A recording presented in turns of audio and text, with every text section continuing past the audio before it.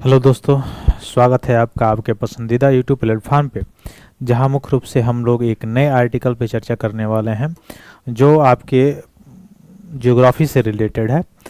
और मुख्य रूप से इसमें थोड़ा थोड़ा चीज़ ही में इसमें इम्पोर्टेंट है जो आर्टिकल्स है, तो ज़्यादा से ज़्यादा शेयर कीजिए। इसमें से जो आपको परिभाषा पूछा जा सकता है, तो क्षुद्र ग्रह क्या होता है, उसकी परिभाषा क्या है, टकराता है तो क्या है, इसकी हानि क्या होती है, लाभ क्या होती है, किस बेल्ट में ज़्यादा पाए जाते हैं, कहाँ पे कम पाए जाते हैं, थोड़ा थोड़ा जो है आपके स्टैटिक्स के लिए इम्पॉर्टेंट है। बाकी ये सारी चीज़ें आर्टिकल्स जो है उतना इम्पॉर्टेंट नहीं है, यानी मेंस के रिगार्डिंग तो इम्पॉर्टेंट है नहीं। यह प्रीलियम से ओरिएंटेड मुख्य रूप से कुछ पॉइंट जो है जो आपके मुख्य रूप से रिलेटेड है। और अभी अभी अगर मैं दूसरे तरफ से अगर कहना चाहूँ इसको, तो मैं डायरेक्ट अगर जैसे बहुत सारे लोग अपना भौकाल बना के बोलते हैं, कैसे ऐसे बोलेंगे, आने वाले समय में पृथ्वी का हो रहा है बहुत बड़ा विनाश, या आने वाले समय में पृथ्वी का होने वाला है बहुत बड़ा विनाश, क्योंकि एक बहुत ही बड़ा क्षुद्र ग्रह आगे पृथ्वी से टकराने वाला है, और टकराएगा तो पूरा का पूरा जीवन यहाँ पे नष्ट हो जाएगा। ये बहुत बड़ा चीज़ हो गया, अतिशयोक्ति होती है, ठीक है। 1% है चांस, नासा के द्वारा कहा गया है। तो 1% चांस को तोड़ मरोड़ के जितने भी यूट्यूब चैनल्स हैं या न एडुकेट, आजकल का जो मुख्य रूप से ऑनलाइन प्लेटफॉर्म जिसको कहा जाता है एजुकेशन में, वहाँ पे इस अतिशयोक्ति के द्वारा या तो उसका थंबनेल लगाया जाता है या तो बोला जाता है कि सामने वाला जरूर एक बार खोल कर देखे और उससे स्पष्ट हो जाए कि हाँ, या फिर भौकाल मारे 2 4 5 चीज़ का, फिर हाँ चल रहा है, और व्यूज़ भी उसी पे ज़्यादा आता है। जो अच्छा मटेरियल्स होगा, जो बिल्कुल हाँ कि ये एग्ज़ाम से रिलेटेड है, एग्ज़ाम से रिलेटेड नहीं, वहाँ जहाँ पे बताया जाता होगा उसका व्यूज़ देखिए ज़्यादा नहीं है। आजकल भौकाल आप मारिए उसमें बहुत जाएगा, खैर वो अलग बात है। लेकिन हमें जो है, हमको भी बहुत सारे लोग जो है वो नहीं कहा जाता है, उत्प्रेरक वाला काम करते हैं कि कुछ ऐसा कीजिए, कुछ ऐसा, मतलब कि वही भौकाल टाइप का। लेकिन हम लोगों का बिलीफ यही होता है कि मटेरियल हम लोगों का कितना अच्छा जाए, क्योंकि मटेरियल अच्छा जाएगा तो स्टूडेंट को फ़ायदा होगा। स्टूडेंट को फ़ायदा होना ही हमारा उद्देश्य है, और कोई ज़्यादा उद्देश्य नहीं है। वो व्यू कम जा रहा है ज़्यादा जा रहा है, वो तो आप लोगों के ऊपर डिपेंडेबल है कि अगर अच्छा मटेरियल लगेगा, कल के डेट में आप सक्सेस होते हैं तो इसको और शेयर करेंगे, अलग बात है। तो ज़्यादा भौकाल की कोई वो नहीं। तो चलिए आते हैं हम लोग अपने टॉपिक पे। मुख्य रूप से हम लोग को टॉपिक जो है आज का आर्टिकल जो पढ़ना है वो है क्षुद्र ग्रह के बारे में। तो पहले हम लोग जानने का प्रयास करते हैं ग्रह और क्षुद्र ग्रह में मेनली डिफरेंस क्या होता है, मुख्यतः जो अंतर होता है। अगर आपसे पूछा जाए कि जो ग्रह होता है और क्षुद्र ग्रह होता है उसमें मुख्य रूप से अंतर क्या होता है, तो ग्रह जो होता है उसकी एक अपनी नियत कक्षा होती है, एक नियत क्लास होती है, जिस क्लास में वो घूर्णन करता रहता है, जिस क्लास में वो घूमता रहता है, अपनी नियत क्लास होती है, और उस कांस्टेंट क्लास में वो घूमता रहता है, सूर्य की परिक्रमा करता रहता है, तो वो ग्रह है। लेकिन क्षुद्र ग्रह का नाम से ही आप समझ सकते हैं। भोजपुरी में कहा जाता है क्षुद्र, एक भाषा होता है, एक वाक्य, मतलब एक वर्ड होता है, शब्द होता है क्षुद्र। क्षुद्र का मतलब होता है कि एक जीव से कोरिलेट करते हैं गांव के लोग जहाँ तक, छुछुंदर से। और छुछुंदर या क्षुधर का मतलब क्या होता है कि कोई व्यक्ति एक जगह पे ना रहता हो, या कोई चीज़ एक जगह पे ना रहता हो। छुछुंदर का मतलब हमेशा चारों ओर घूमता रहता हो, तो उसको छुछुंदर या क्षुद्र कहा जाता है। ठीक वही कंसेप्ट है यहाँ पर भी क्षुद्र ग्रह का, कि यह वास्तव में ग्रह तो इसमें भी लगा है, लेकिन इसका कोई स्पेसिफिक क्लास नहीं है जिस क्लास में घूमता है। ठीक है, तो इसका अपना कोई स्पेसिफिक क्लास नहीं है, और ये अपने क्लास में घूमते घूमते किसी दूसरे क्लास में भी चला जाएगा, दूसरे क्लास में घूमते घूमते किसी तीसरे क्लास में भी चला जाएगा, वहाँ से घूमते घूमते फिर अपने क्लास में भी आ सकता है। तो इसलिए चूंकि इसका कोई स्पेसिफिक क्लास नहीं है, इसलिए इसको क्या कहा जाता है, क्षुद्र ग्रह कहा जाता है। ठीक है, अब पृथ्वी से टकराने वाला है, क्या होने वाला है, इसको हम लोग अंदर जानने का प्रयास करते हैं। तो चलिए आइए। तो क्षुद्र ग्रह जो है 2024 दिसंबर में खोजा गया है, YR4 इसका नाम है। किसने खोजा है, नासा के द्वारा। नासा कहाँ का स्पेस एजेंसी, आपको पता है यूएसए का है। भारत का जो स्पेस एजेंसी है उसका नाम क्या है, तो भारत का स्पेस एजेंसी का नाम है इसरो, जिसका स्थापना 15 अगस्त कब हुआ था, 1969 को हुआ था, 1969 को हुआ था। ठीक, तो क्षुद्र ग्रह जिसका नाम है YR4 4 है।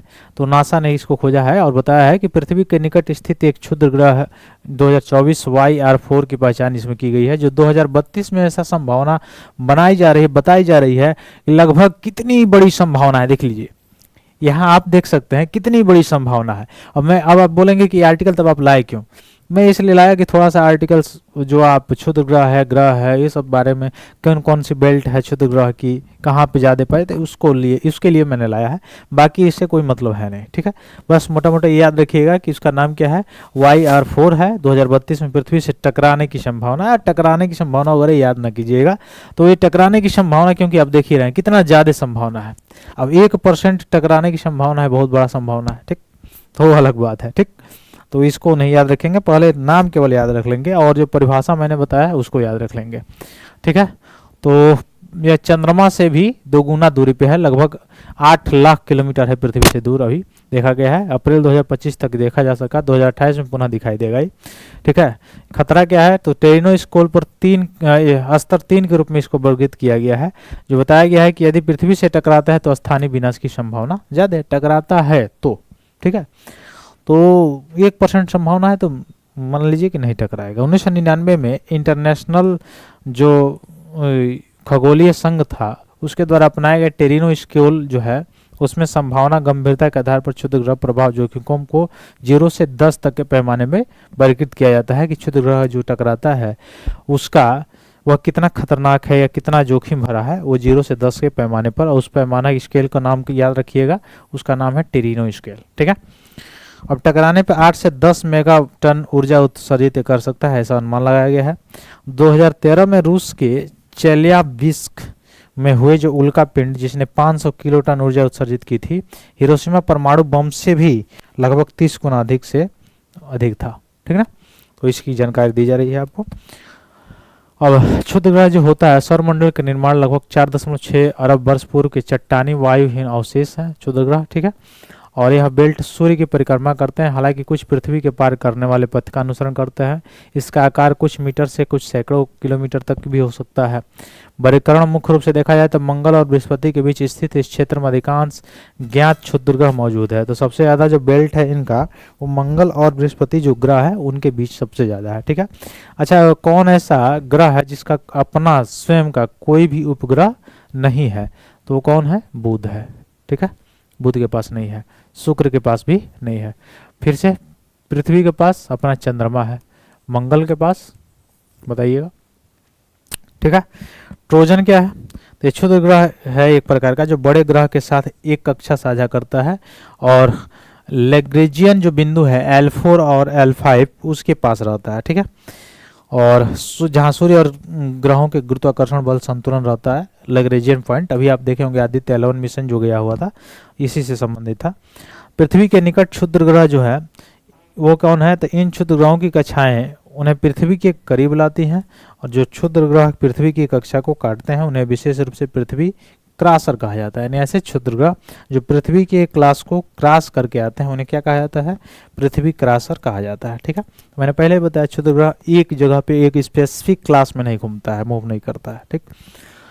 अब ये मुख्य रूप से देखा जाए जो छोटे क्षुद्र ग्रह होते हैं वो क्या होते हैं? वायुमंडल में ही जल जाते हैं। वायुमंडल का कौन कौन सा परत है? तो आप देखोगे क्षोभ मंडल है, उसके बाद से कौन सा समताप मंडल है, मध्य मंडल है, उसके बाद से आपका ये समताप मंडल में ही आयन मंडल होता है, उसके बाद से यहाँ पे कौन सा मंडल है? आयन मंडल है, ठीक ना। समताप मंडल ये है, आयन मंडल के बाद से बाह्य मंडल है।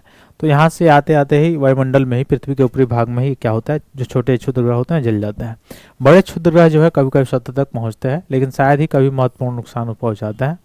वैश्विक लेवल पे देखा जाए, जैसे मैक्सिको में चेकोस्लव घटना जिसके कारण डायनासोर और पृथ्वी की 75% जनजातियां विलुप्त हो गई थी, लगभग 260 मिलियन वर्ष में एक बार ये लगभग होता है। 260 मिलियन वर्ष काफ़ी होता है, ठीक है। तो नासा और अन्य अंतरिक्ष एजेंसियों क्षुद्र ग्रहों के टकराव को रोकने के लिए ग्रही रक्षा तंत्र विकसित कर रही हैं हाल ही में। और नासा के डार्ट मिशन जो है, तो इस डार्ट मिशन 2022 में गया हुआ था, इसको थोड़ा सा याद रखेंगे। वह क्षुद्र ग्रह डिमार्फस के प्रक्षेप पथ को सफलतापूर्वक परिवर्तन कर दिया, जिससे भविष्य के खतरों को कम करने के लिए विषय पर रत्ती की क्षमता का प्रदर्शन हुआ। यानी नासा ने 2022 में डार्ट मिशन भेजा हुआ था, जो क्षुद्र ग्रह जो आ रहा था पृथ्वी पर उसको मूव करा दिया, अलग कर, मतलब दूसरे दिशा में मोड़ दिया था। तो इससे रिलेटेड था, ठीक है। तो इसमें जो जानकारी थी, जो महत्वपूर्ण जानकारी थी, मैंने बताया कौन सी मंगल और जो है बृहस्पति के बीच में जो बेल्ट होता है क्षुद्र ग्रह का सबसे ज़्यादा बेल्ट है, कौन क्या है। प्लूटो पहले था ग्रह के, लेकिन वो ग्रह नहीं, वो अभी कौन किस में श्रेणी में आता है, क्षुद्र ग्रह की श्रेणी में आता है। तो ये जानकारी आपको कैसी लगी कमेंट बॉक्स में बताइए। बहुत बहुत धन्यवाद दोस्तों, जय हिंद।